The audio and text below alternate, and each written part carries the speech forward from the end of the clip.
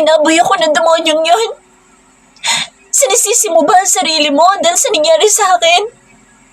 Kaya mo pinipilit na kinukulong ang sarili mo dito sa tabi ko dahil nakukonsensya ka?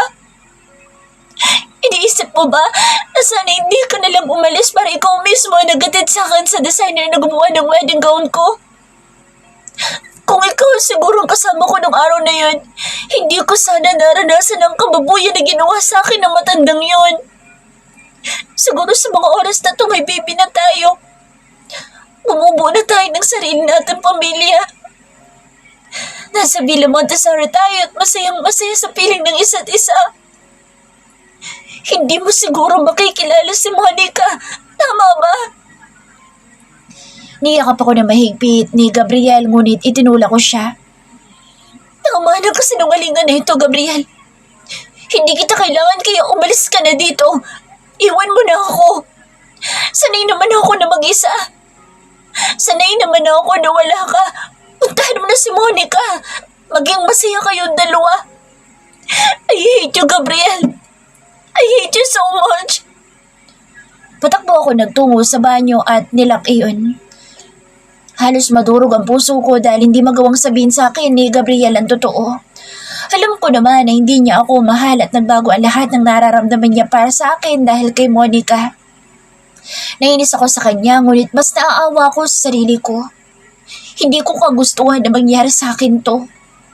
Wala akong kasalanan para makaranas ng matinding pagdurusa. Sunod-sunod nakatok ang aking narinig mula sa pintuan. Ella, please, lumabas ka na dyan. Nag-aalala ako sa'yo, baka kung anong gawin mo. Kung iniisip mo na magpapakamatay ako, hindi ko yun gagawin, Gabriel. Sige na, umalis ka na. Ayoko makita ka pang muli dito. Puntahan mo na si Monica. Kailangan ka niya. Kaya ko sarili ko. Hindi mo ko kailangan na alalahanin. Wala kaming relasyon ni Monica. Hindi ako aalis dito. Hihintayin kitang lumabas. Nandito lang ako at maghihintay. Muling pumatak ang luha sa aking mata. Pinipilit pa ni Gabriel na maniwala ako na ako ang mahal niya. Jasper's POV. 2 taon na rin noong huli tayo nagkita, Jasper. Natatandaan mo pa ba? Noong huling beses na magkita tayong dalawa sa Italy at sabihin mo sa akin na magiging proud ako sa'yo dahil may nagawa kang maganda. Uncle Hindi pa man ako nakakapagsalita ay bigla na lamang niya akong sinuntok sa pisngi. Sa lakas noon halos matumba ako kung hindi ko na itungkod ang kamay ko sa lamesa. Anong ginawa mo, Jasper? Paano mo naging kaibigan ng gagong Gabriel na iyon? Nanlilisik ang mga mata niya habang nakatingin sa akin. Nakalimutan mo na ba ang misyon mo dahil lang sa babaeng iyon? Nagkakamali ka, Uncle Martin. Ginagawa kong pinag-uutos ninyo. Sinusunod ko ang lahat ng mga sinasabi ninyo sa akin. Kinaibigan ko si Gabriel dahil gusto kong maging malapit siya sa akin. At kapag nangyari iyon, mabilis ko siya makahawakan sa leeg. Alam ko na mga kainaan ni Gabriel pati na rin mga sekreto niya. Isa lang ipakikiusap ko sa inyo. Huwag ninyong idadamay dito sa Monica. Labas siya sa mga pinapagawa niya sa akin. Jasper, alam mo kung paano ako magalit at hindi ako magdadalawang isip na pahirapan ng pamilya mo sa oras na magkamali ka ng kilos at baliin mo naging kasunduan nating dalawa. Madiing sabi nito sa akin. Inayos ko ang suot kong t-shirt at pinagpag ang aking nadumihan na pantalon. Wala akong binabaling kasunduan, Tito Martin. Malapit ko na matapos ang pinagagawa ninyo sa akin. Konting panahon na lang at iharap ko sa inyo si Gabriel. Bumalik ito sa inuupan at kumuha ng brandy. Sinali na nito ang baso at tumingin sa bintana ng building. Hanggang ngayon, hindi pa rin niya ako lubos na pinagkakatiwalaan. Umalis ka na. Ayoko magkita kayo ni Monica, baka dahil sa kanya masira pa ang mga plano mo, Jasper. Hindi ko gustong madamay dito si Monica pero nandito na ito at hindi na ako makatatakas. Lumabas ako sa office ni Tito Martin at nagtungo ako sa may elevator. May kailangan pa akong ayusin at kailangan natapusin. Monica's POV. Umiiyak ka na naman ba? Tanong ni Warren sa akin habang patungo kami sa may lounge area. Nandito kami sa VIA para simulan ang unang project ko sa kanila bilang model ng kanilang bagong labas na produkto. Mukha ba akong umiyak? May eye bags ba ako? Mukha ba akong haggard? Tumitig ako sa mga mata ni Warren habang nagtatanong.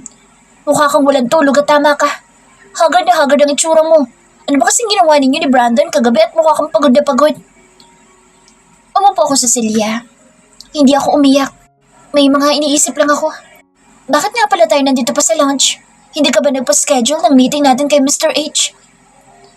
Ang sabi ng secretary niya, may importanteng business daw siya. Kaya naman maghihintay tayo dito ng mga 10 minutes. Inilabas ni Warren ang makeup kit nito at sinimulan na mag-retouch. Habang nakaupo ako ay nahagip ng mga mata ko si Brandon na palabas ng via. Kumunot ang aking noo at tinapik ang braso ni Warren. Model din ba si Brandon? Nagtatakang tanong ko dito. Ako bang manager? Anong malay ko dyan? Hindi naman ako pagtataka dahil macho at super guwapo ni Brandon. Ano naman ngayon kung model pala siya dito sa via? Nagpatuloy pa rin ni Warren ang pag-retouch. Nagtataka lang kasi ako dahil wala naman siyang binabanggit sa akin na kahit na ano tungkol sa via. Monica, ano ka ba? Ano ka ba ni Brandon? Girlfriend ka ba niya? Asawa ka ba niya? Kasi kung wala naman kayo relasyon, huwag kang mag-isip ng ganyan. Hindi niya pwedeng sabihin sa iyo ang mga nangyayari sa personal niyang buhay. Kaya huwag kang mag-assume. Tama nga naman si Warren sa sinabi niya. Malay ko naman kung model nga talaga si Brandon. Marami pa akong mga bagay na hindi alam sa kanya. Hindi ko lang talaga maiwasan na hindi magduda. Habang naglalakad kami ni Warren patungo sa may elevator ay nakasalubong namin si Venom. Nakilala ko na siya dati dahil kay Brandon. Miss Monica, good morning. Pagbati nito sa akin. Good morning din sa iyo. Bumaling ito kay Warren. Siniko ako naman ni Warren. Kasi, mahina nitong tanong sa akin. Venom, si Warren nga pala, personal assistant ko at kaibigan. Warren, si Venom, kaibigan siya ni Gabriel. Ah, hi. Nakapagkamay si Warren dito. Ang liit talaga ng mundo, no? Bakit naman kaya pakalat-kalat dito mga kaibigan ni Gabriel? Ano bang meron? May binabantayan ba kayo dito o baka naman may nag-utos na magmanman sa paligid? Kinurot ko sa may tagiliran si Warren at tiningnan ko siya ng masama. Pakalat-kalat? Naguguluhang tanong ni Venom sa amin. Nakita kasi namin si Brandon nakalalabas lang ng building. Pagkatapos ngayon nakasalubong ka naman namin. Baka lang kasi kasama niyo si Gabriel kaya kayo nandito? At baka din kasama niyo si Ella. Ayoko lang sana ng skandalo. Tahimik ng buhay ko. Ah, si Brandon? To be honest, hindi ko alam na nandito siya, Miss Monica. Nandito lang ako dahil kinausap ko si Alex. Galing ako sa production office. May kailangan kasi ako sabihin sa kanya importanteng bagay. Nabalitaan ko sa kanya na model ka dito. Congratulations, Miss Monica. Mabuti naman at nagagawa mo ng mga gusto mo. Madalang kong kasama sa Gabriel dahil nasa Manila siya kasama ni Ella. Siguro nga, doon na talaga sila titira kaya ako ang maasikaso ng mga negosyo na iniwan niya. Paliwanag ni Venom sa akin. Nagsama na pala sila ulit pagkatapos ng mga nangyari. May nagsabi ni Warren. Kailan naman ang kasal nila? Invited ba kami? Sarcastic na tanong ni Warren. Hindi ko magawang umiti sa sinabi ni Venom. Kahit pilitin ko, hindi pa rin ako okay kapag naririnig ko na masaya na siya. Nasasaktan pa rin ako at hindi madaling makalimot ng basta-basta na lang. Kagabi, akala ko siya talaga yung nakita ko. Siguro'y namalikmata lang ako na isipin na si Gabriel ang nakita ko kagabi sa isang karinderya. Nasa Manila siya kasama ni Ella at imposibleng siya nga iyon. Alis na ako, Miss Monica. Itatanong ko lang kay Brandon kung ano ginagawa niya dito. Ngumiti sa akin si Venom. Sabihin mo na rin sa boss mo na nakita mo si Monica. Ikwento mo na may boyfriend na siya at malapit na siya ikasal. Ani Warren na pinamewangan pa ito. Tumingkayad pa ang kaibigan ko para lamang magkapantay si Venom. Malakas na tumawa si Venom at nagpaalam na ng tuluyan sa amin. Gusto ko matawa sa ikinilos ni Warren pero gusto ko rin na mainis dahil alam ko naman na walang pakialam sa Gabriel sa kung ano man ang nangyayari sa akin. Gabriel's POV. Bigla kang napadalaw, boss. May problema bang gusto mong sabihin sa akin? Tungkol ba yan sa mga bata na inaalagaan ng foundation ninyo? Nagtatakang tanong ni Venom sa akin. May dapat ba akong problemahin, Venom? Don't worry, wala naman akong problema at kung mayroon man, kayang-kaya ko naman iyong ayusin. Nandito lang ako para naman kamustahin ka sa mga ipinapagawa ko sa iyo sa San Martin. Tungkol sa kasa at sa mga ibang negosyo na naiwan ni Don Guerrer. Boss, wala ka na bang tiwala sa akin? Papunta pa lang sana ako sa villa mo. Naunahan mo lang ako. Umupo ako sa sofa at itinaas ang aking mga paa sa lamisita. Alam mo bang marami akong mga kaaway ngayon na nagpapanggap na kaibigan ko? Boss, alam ko naman na hindi mo ako kayang traidorin dahil malaki ang utang na loob mo sa akin. Hindi mo rin siguro nakakalimutan kung bakit ka nandito at nananatiling buhay. Nagyuko ng ulo sa Venom sa harapan ko. Pasensya na, boss. Naging abala lang ako nitong mga nakarang araw. Umuwi ako ng probinsya at kahapon ko lang pinuntahan si Alex.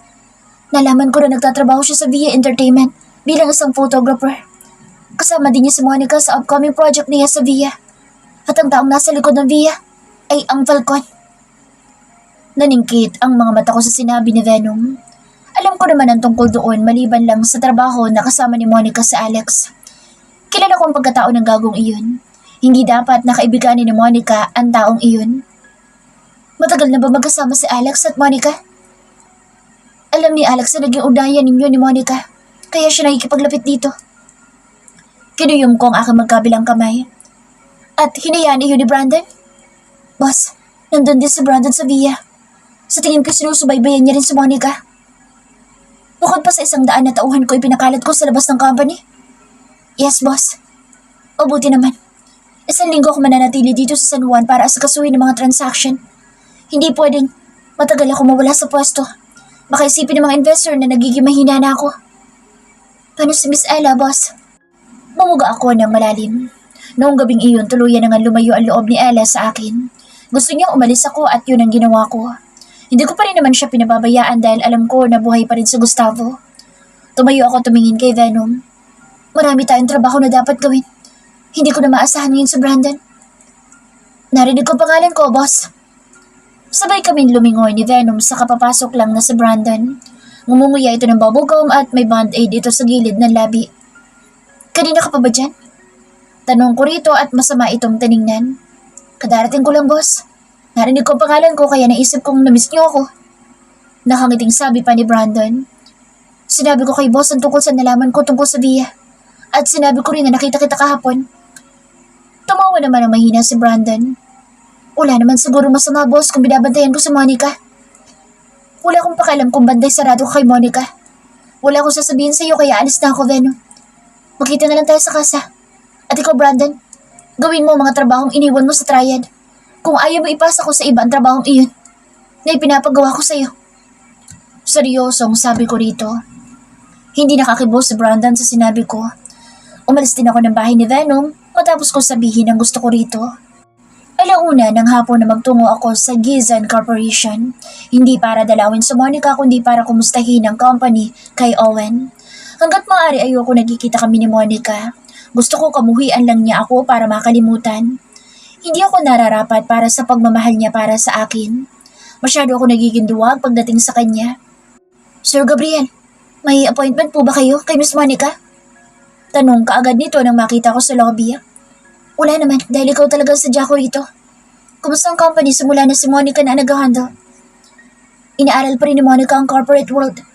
Inahayaan ko siya na unahin ang modeling career niya. Marami siya mga pinagdaanan this year, kaya gusto ko naman na maging masaya siya. Ako ang pinagkakatiwalaan ni Monica sa pamamalakad nitong company. That's good. Wala na rin kasi akong oras para asikasuhin pa ang company ni Guzman. Sir Gabriel, bago ka umalis may gusto lang sana ako itanong sa inyo. Nandito ka ba talaga para sa company? O gusto mong makita sa Monica? Pilyong tanong nito sa akin. Huwag mong bigyan ng mali siya ang pagpunta ko rito. Gusto ko lang na malaman ng, Owen, nag-lunch ka na ba? Sabay na Napahinto sa paglalakad sa Monica nang makita ako. Nagsalubong pa mga kilay nito at tumingin sa paligid. Miss Monica, fasting kasi ako ngayon kaya hindi kita masasabayan. Siguro mas maganda kung si Sir Gabriel na lang kasabay mo. Mukha kasi hindi pa siya nagla-lunch. Owen. May inantawag ni Monica sa pangalan na mapapalayo na nitong kaibigan. Ibinalik ni Monica ang tingin niya sa akin. Ano ba talagang kailangan mo at nandito ka? Hindi ka ba busy sa buhay mo? Akala ko pa naman palagi ka nasa Manila. Bigla ka yatang naligaw dito sa building namin. Sarkastikong sabi ni Monica sa akin. May kinausap lang ako kaya ako nandito. Kilala ko lahat ng mga stakeholders ninyo. At may similar business kami na hindi ko alam. I'm here for good. Maliit ang mundo kaya palagi mo ako makikita, Monica. For good? May problema ba, Miss Gisan? Formal kong tanong nito. Hindi kita aayain ng lunch dahil busy ako at may importante akong pupuntahan. Pinamulsa ko na isang kamay ko sa suot kong black pants at saka tumalikod na dito. Kahit ikaw nalalagi isang lalaki sa mundo, hindi ko rin naman gusto na makasabay kang kumain. Baka mawalan pa ako ng panlasa. Matari na sabi niya sa akin. Inunahan niya ako sa paglalakad ngunit bigla siyang natapilok sa harapan ko. Mabilis ko siyang nasalo at nagtama ang aming mga mata. Hinawakan ko siya sa bewang at kumapit naman siya sa may leeg ko. Be careful, Miss Gisan. Hindi pa naman kita palagi masasalo tuwing matatapilo ka. Lumunok si Monica ng 2 beses habang nagsasalita ako. Pinamulahan din siya na magkabilang pisngi. Tinulak niya ako at muli ito naglakad palayo.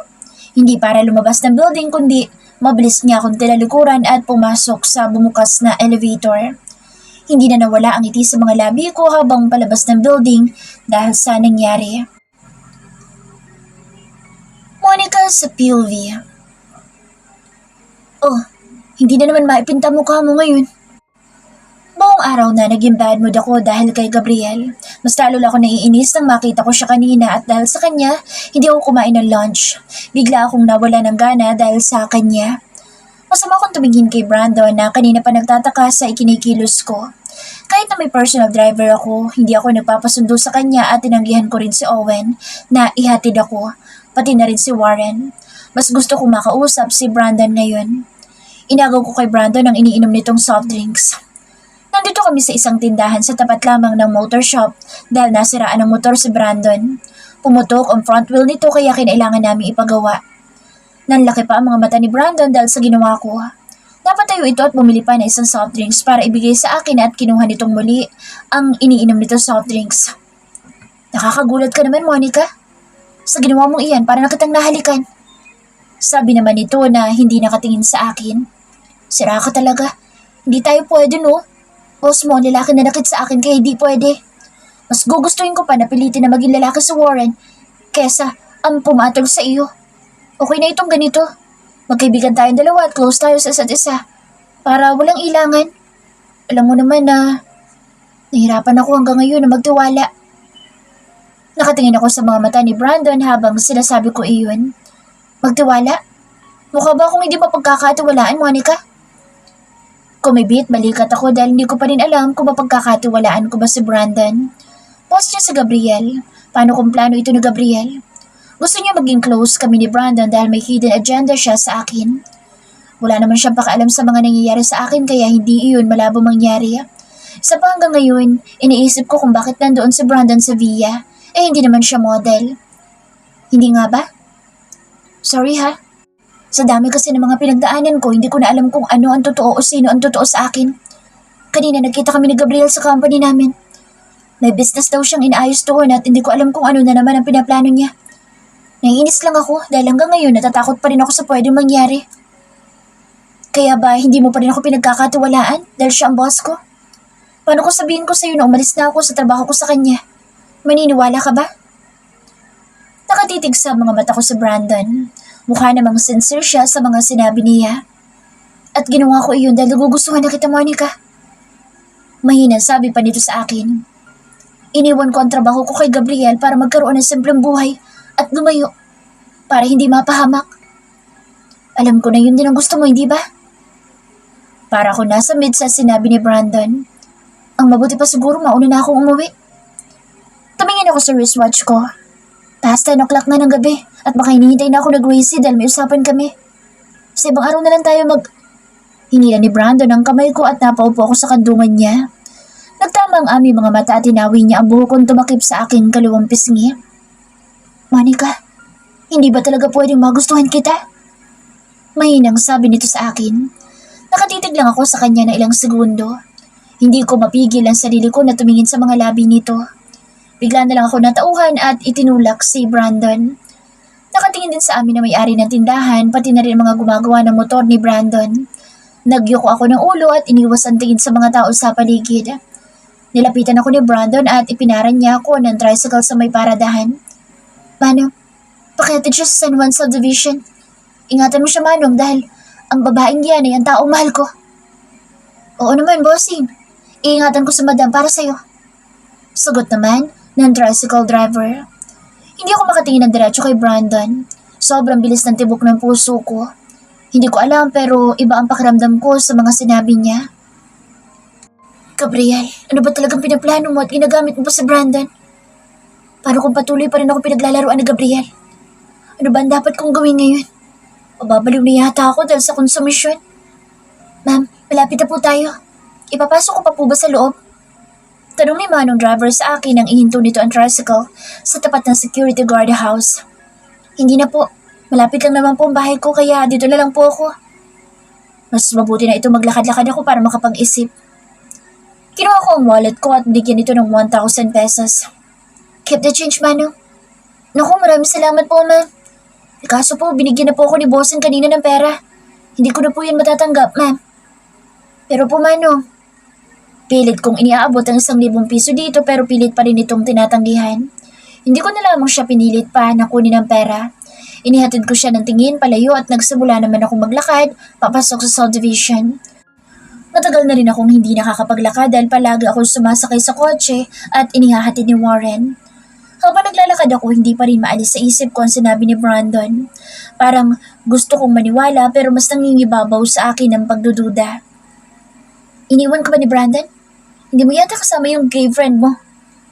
Sunod-sunod na tanong sa akin ng isang lalaki na bigla na lang sumulpot sa kung saan. Kilala ko ang boss na iyon, si Gabriel. Ano naman kaya ginagawa nito dito? Nilungon ko siya at nakasunod nga siya sa akin. Naka-shorts lang ito at black na t-shirt. Naka-tsinelas lang din ito at mukhang may bahay siya rito. Inayos nito ang suot na eyeglass bago nagsalita. Don't tell me na, neighbors tayo. Mahina akong tanong dito. Exactly, Miss Monica. You know me, may mga property akong hindi mo alam. Kakalipat ko lang dito nang wala pa akong 3 months. Masaya naman ang paninirahan ko dito na mag-isa. Pero mukhang hindi na magiging masaya dahil nakita kita. Relax, Miss Monica. Hindi ko naman alam na dito ka nakatira. Ella wants to live here. Nandito lang ako para masigurado na maayos ang security dito. Pati na rin ang management. Ang babaeng yun pala. So, dito sila nakatira? Concern na concern talaga siya kay Ella. Bakit nga ba hindi? Mahal na mahal ni Gabriel ang babaeng iyon. Your wife. Talalikuran ko sa Gabriel at mabilis akong naglakad. I'm not married. We're not married. Bigla na lamang ako napahinto. He's not married? Niloloko ba niya ako? Tumira siya sa Manila nang matagal kasama si Ella at hindi sila ikinasal? Monica, tinawag niya ang pangalan ko. Malapit na ako sa bahay ko pero kasunod ko pa rin si Gabriel sa likod ko. Nilangon ko sa Gabriel na nakatingin pala sa akin. Mabilis ang tibok ng puso ko pero pinilit kong pakalmahin ang sarili ko. Wala ako sa mood na makapaglokohan sa iyo, Gabriel. Umuwi ka na kung saan ka man nakatira. Wala naman akong pakaalam kung kasal ka na o hindi pa. I'm living my happy life. At hindi ka naman siguro selfish para sirain ang happiness ko. Ayoko madami sa magulong buhay mo. Ayoko magkaroon pa ako ng ugnayan sa iyo kaya please, lumayo ka sa akin para hindi maging komplikado ang lahat. Tumawa ng mahina sa Gabriel. Sa nakikita ko naman, 1 metro ang layo ko sa'yo. Nag-arms forward pa ito at saka akong inisian. Gabriel, hindi ako nakikipagbiruan sa'yo. Malakas na sabi ko sa kanya. Parang wala itong narinig at patuloy lang sa paglalakad sa kabilang direksyon ng daan. Naiinis akong umiling habang nakatingin dito na papalayo. Ano na naman kaya ang gusto sa akin ng lalaking iyon? Luminga ako sa paligid at wala naman ako nakitang pakalat-kalat na bodyguard ni Gabriel. Sa bagong style ni Gabriel, hindi ito makikilala ng ibang tao. Nagulat ako sa biglang pag-ring ng cellphone ko dahil nakatingin pa rin ako kay Gabriel. Sinagot ko iyon nang hindi binabasa kung sino ang tumawag. Mas gwapo pa ako sa paningin mo ngayon at hindi mo maalis ang pagkakatitig sa akin. Nanlaki ang mga mata ko nang makita ko si Gabriel na huminto sa paglalakad at nakatingin na sa direksyon ko. Pinaba ko ang cellphone ko at ini-off iyon. Nagmadali akong buksan ang pinto ng bahay ko. Nakakaya ka, Monica. Ano na lang iisipin niya? Na-attracted ka pa rin sa kanya? Gabriel's POV. Nakatingin pa rin ako kay Monica habang papasok siya sa bahay niya. Kailangan ko siyang protektahan kahit na alam kong kinasusuklaman niya ako. Hindi siya pwedeng gamitin ng mga kalaban ko laban sa akin. Hindi ako makapapayag na gawa nila ng masama si Monica. Kiniyom ko ang kamao ko at saka kinagat ang aking ibabang labi. Hindi na ako makapapayag na maulit kay Monica ang nangyari kay Ella. Kung noon wala akong nagawa, ngayon hindi na yun mauulit pa. Kilala ko may-ari ng subdivision kaya madali sa akin na gumawa ng paraan para malapitan ko si Monica. Hindi mahirap para sa akin na kontrolin ang buhay ng ibang tao para lamang mapasunod ko sa mga gusto ko. Dumiretso na ako sa bahay na kinuha ko at naghihintay doon sa akin sa Venom. Katulad ng inaasahan ko, magiging meeting place namin na lugar na ito dahil sa mga pinapagawa ko sa kanya. Wala akong kinuhang katulong para mas makagalaw ako na maayos. Ang mga batang inampon ko sa foundation na namamalagi simula nung araw na kunin ko sila, ay nakikita ko na magiging successful ang dalawang iyon pagdating ng araw. Nandun sa Venom sa may sala at naghihintay sa akin. Mabilis itong tumayo nang makita ako na lumapit dito. Boss, good evening. Nagdala nga pala ako ng favorite mong brandy, ang Remy Martin. Inabot nito sa akin ng isang baso at sinalinan iyon ng binili nitong alak. Bad news ba? Malalaman ko, good news. Hindi umimik si Venom sa tanong ko. Mukhang pareho ang dala nito sa akin. Si Hernan Falcon, ang nagmamay-ari ng Via Entertainment. At tama ako sa sinabi ko noon, boss. Kaya pala nandoon din sa Alex. Nagpakita na rin si Gustavo sa tunay niyang katauhan. Bilang si Samuel Cortesi. Hindi ako nagulat dahil alam ko iyon. Kaya naman binabantayan ko ang kilos ng Falcon simula noong malaman ko na doon nagtatrabaho si Monica. Boss, nagtataka marahil ito sa pananahimik ko. Nagulat lang ako, Venom. Hindi ko lang inaasahan ang sasabihin mo sa akin. Nag-iingat pa rin ako ngayon sa mga kilos ko. Hindi ko alam kung kakampi ko pa ba si Venom o isa na siyang kalaban. Ginamit na ni Gustavo ang tunay niyang pangalan. Umiling-iling ako dito at isinandal ang likod ko sa sofa. Ano kayang binabalak niya at lumantad na siya? Iisa lang ang alam ko, boss. Pinoprotektahan niya si Hernan. Malaking atraso niya sa akin at kailangan niyang pagbayaran ang lahat. Gawin mo ang lahat. Ipakalat mo ang mga tauhan mo sa lahat ng lugar na pupuntahan ni Gustavo. Kailangan mo rin mag-ingat dahil hindi natin alam kung anong susunod niyang binabalak. Ako na bahala kay Monica. Paano sa Ella, boss? May mga tauhan akong pinapasunod sa kanya. Tatawag sila anumang oras kung sakaling may mangyari masama kay Ella. Nakangiti sa akin sa Venom. Looks like you're happy with the plan. Hindi naman sa ganoon, boss. Masaya lang ako dahil alam kong pinipili na ninyo si Monica. Ibig ba nito sabihin na patawad na ninyo sarili ninyo sa nangyari kay Ella? Bumuga ako ng malalim at tumingin sa may bintana. Venom, malaki ang kasalanan ko kay Ella. At ayoko maulit ang mga pagkakamali ko na iyon sa babaeng mahal ko. Kung kinakailangan na ipagpalit ko ang buhay ko para lang maprotektahan siya, gagawin ko. Paano na ngayon yan, boss? Kinamumihan ka ni Monica dahil sa mga nagawa mo at nasabi sa kanya. Hindi ko pa rin babaguhin ang pagtrato ko kay Monica hanggat hindi ko nasisigurado ang lahat. Ipagpapatuloy ko pa rin ang plano kong kamuhian ako ni Monica. Kailangan ko siyang maprotektahan kahit na hindi nito alam ang ginagawa ko para sa kanya. Si Ella, alam kong mahirap sa kanya na tanggapin ang lahat na hindi ko na siya mahal. Alam kong kakayanin ni Ella ang malayo ako sa kanya at magiging simula iyon para magkaroon na rin siya ng tahimik na buhay para makapagsimula muli. Sa ngayon nasa Cebu si Ella kasama ang mga tauhan ko. Hindi na nagtagal sa bahay si Venom. Umalis na rin ito kaagad para patuloy na magbantay sa grupo ni Hernan. Hindi ko pa rin naintindihan kung bakit nandoon si Brandon sa Via at kung ano ang ugnayan niya kay Hernan. Hindi ko na alam kung kilala ko pa ba talaga si Brandon o hindi na. Kinaumagahan, nag-jogging ako sa palibot ng subdivision. Dumaan ako sa harap ng bahay ni Monica at sandaling huminto doon. Sarado pa ang mga bintana. Mukhang mahimbing pa itong natutulog. Nagpatuloy ako sa pagtakbo nang bigla ko mabangga ang isang babaeng kasalubong ko sa daan. Aray! Ano ba kasing iniisip mo at hindi mo tinitingnan dinaraanan mo? Naiinis na sabi nito sa akin. Tumingin ako sa babae na napaupo sa daan. Monica? Mabilis itong tumingala sa akin. Ikaw na naman? Naiinis nitong tanong sa akin. Hindi nito tinanggap ang kamay ko nakalahad sa harapan niya. Sa tuwing nagkikita tayo, palagi mo na ako pinapahamak. Ano ba talagang gusto mo, ha? Natigilan ako sa sinabing iyon ni Monica. Ano ba talagang kailangan mo sa akin, ha? Gusto mo ulit ng tulong ko? May binabala ka bang masama sa akin? Inutusan mo pa talaga sa Brandon na paibigin ako katulad ng Hindi ito makatingin sa mga mata ko habang sinasabi nito iyon. Ayokong isipin na gusto mo lang ako saktan ulit dahil lang sa personal mong interes. Kung iniisip mo na may nararamdaman pa ako sa iyo, hindi na ako kasintanga ng iniisip mo, Gabriel. Pagkatapos ng lahat ng ginawa mo sa pamilya ko at sa akin, sobra kitang kinamumuhian. Kung pwede nga lang mawala ka na sa landas ko. Hindi makatingin sa mga mata ko si Monica habang sinasabi nito ang lahat ng iyon sa akin. Alam kong iniiwasan ako ni Monica dahil hindi totoo ang lahat ng mga sinabi nito sa akin. Gusto mo ba talagang mawala ako sa buhay mo? Seryosong tanong ko dito. Yun naman talaga ang dapat mong gawin, hindi ba? Binalik sa akin ni Monica ang tanong. Hindi ko magawang umiti dahil nasasaktan ako sa mga salitang sinasabi niya.